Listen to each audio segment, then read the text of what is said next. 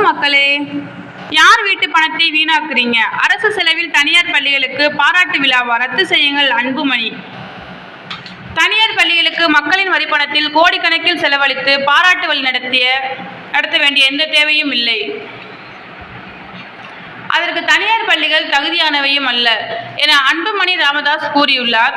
இது தொடர்பாக பாமக தலைவர் அன்புமணி ராமதாஸ் வெளியிட்டுள்ள அறிக்கையில், தமிழ்நாட்டில் 10ஆம் வகுப்பு மற்றும் 12ஆம் வகுப்பு பொதுத் தேர்வுகளில் 100% தேர்ச்சி பெற்ற 3949 தனியார் பள்ளிகளின் நிர்வாகிகள், முதல்வர்கள் மற்றும் ஆசிரியர்களுக்கு தமிழக அரசின் சார்பில் மிக பெரிய அளவில் பாராட்டு விழா நடத்தப்படுவதாக தனியார் பள்ளிகள் இயக்கம் அறிவித்து இருப்பது அதிர்ச்சி அளிக்கிறது. மக்களின் வரிப்பணத்தை வீணாக்கும் இந்த முடிவு கண்டிக்கத்தக்கது.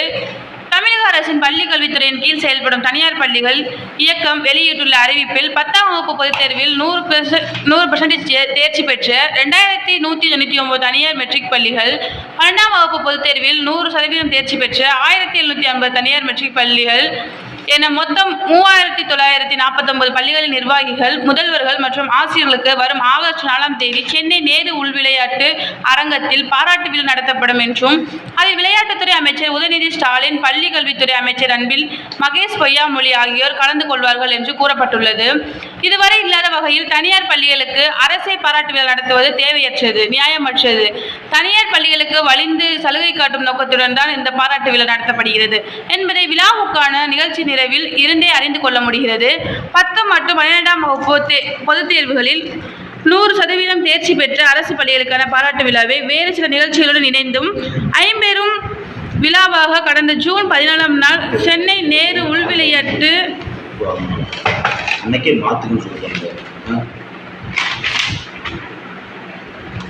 திரும்ப காலைல வந்து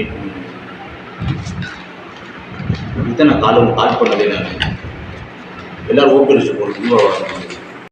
ஜூன் 14ஆம் நாள் சென்னை நேரு உள்விளையாட்டு அரங்கில் அரசு நடத்தியது. அதில் அரசு பள்ளிகளின் தலைமை ஆசிரியர்கள் மட்டுமே அழைக்கப்பட்டனர். ஆனால் தனியார் பள்ளிக்கான பாராட்டு விழாவில் பள்ளி முதல்வர்கள், பாட ஆசிரியர்கள் மட்டுமின்றி பள்ளி முதலாளிகளும் அழைத்து பாராட்டப்படுவர் என அறிவிக்கப்பட்டது. தனியார் பள்ளிகள் பொதுத் தேர்வுகளில் 100% தேர்ச்சி பெறுவது சாதனை அல்ல. காரணம், அவை நன்கு படிக்கக்கூடிய மாணவர்களை மட்டுமே தேர்வுக்கு அனுப்புகின்றன. அது மட்டுமின்றி தனியார் பள்ளிகளில் உள்ள கட்டமைப்பு வசதிகள், ஆசிரியருக்கான பணிச்சுமை குறைவு ஆகியவற்றை வைத்து பார்க்கும்போது தனியார் பள்ளிகளில் 100% தேர்ச்சியை எட்டுவது எளிதான ஒன்றுதான். மாறாக அடிப்படை கட்டமைப்பு வசதிகள் கூட இல்லாமலும் ஆசிரியர்கள் பற்றாக்குறையாலும் தள்ளாடும் அரசு பள்ளிகள் 100% தேர்ச்சி பெறுவதன் சாதனையாகும். ஆனால் அரசு பள்ளிகளுக்கான பாராட்டு விழாவில் அவற்றின் தலைமை ஆசிரியர்கள் மட்டுமே அழைத்த தமிழக அரசு பாட ஆசிரியர்களை அழைக்கவில்லை. அதே நேரத்தில் தனியார் பள்ளிக்கான பாராட்டு விழாவில் பள்ளி முதல்வர்கள் மட்டுமின்றி அனைத்து பாட ஆசிரியர்கள், பள்ளிகளின் முதலாளிகள் ஆகியோரும் அழைத்து சிறப்பு செய்யப்பட்டுள்ளனர். தனியார் பள்ளிகளுக்கு இந்த அளவுக்கு முக்கியத்துவமும் மரியாதையும் அளிப்பதன் பின்னணியில் ஏதோ உள்ளது. அது என்னவென்று திமுக அரசை அறிந்தவர்களுக்கு நன்றாக புரியும். தனியார் பள்ளிகளுக்கு மக்களின் வரிப்பணத்தில் கோடிக்கணக்கில் செலவழித்து பாராட்டு விழா நடத்த வேண்டிய எந்த தேவையும் இல்லை.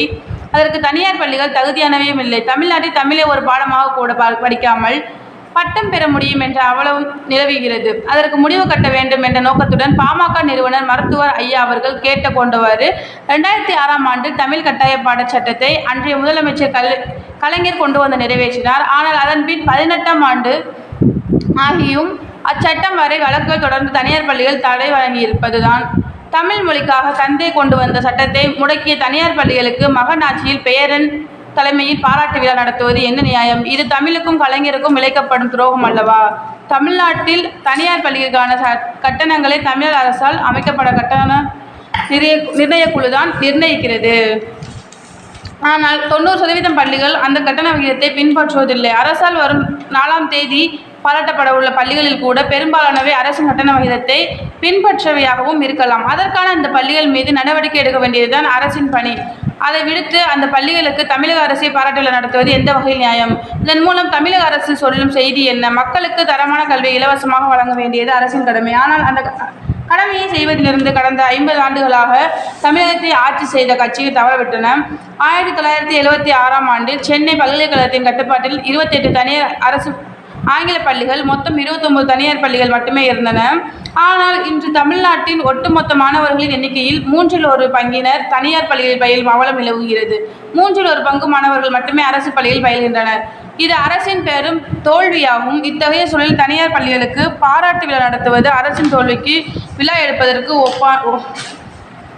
ஒப்பானதாகும். இந்த தவறை தமிழக அரசு செய்யக்கூடாது. மாணவர்களுக்கு கல்வி வழங்குவது ஒரு சேவையாகும். ஆனால் தமிழகத்தில் உள்ள எந்த தனியார் கல்வி வழங்குவதை சேவையாக செய்வதில்லை. மாறாக முழுக்க வணிக நோக்கத்தோடு தான் செயல்படுகின்றன. அந்த வணிக நோக்கத்திற்கு பாராட்டு விழா நடத்தினால் அது மிக மோசமாக முன்னுதாரணமாக அமைந்துவிடும். இத்தகைய விழாக்களை நடத்துவதை விட்டுவிட்டு அதற்காக செய்யப்படும் செலவில் அரசு பள்ளிகள் கட்டமைப்பு வசதிகளை மேம்படுத்தவும் மாணவர் சேர்க்கை அதிகரிக்கவும் அரசு நடவடிக்கை எடுக்க வேண்டும்.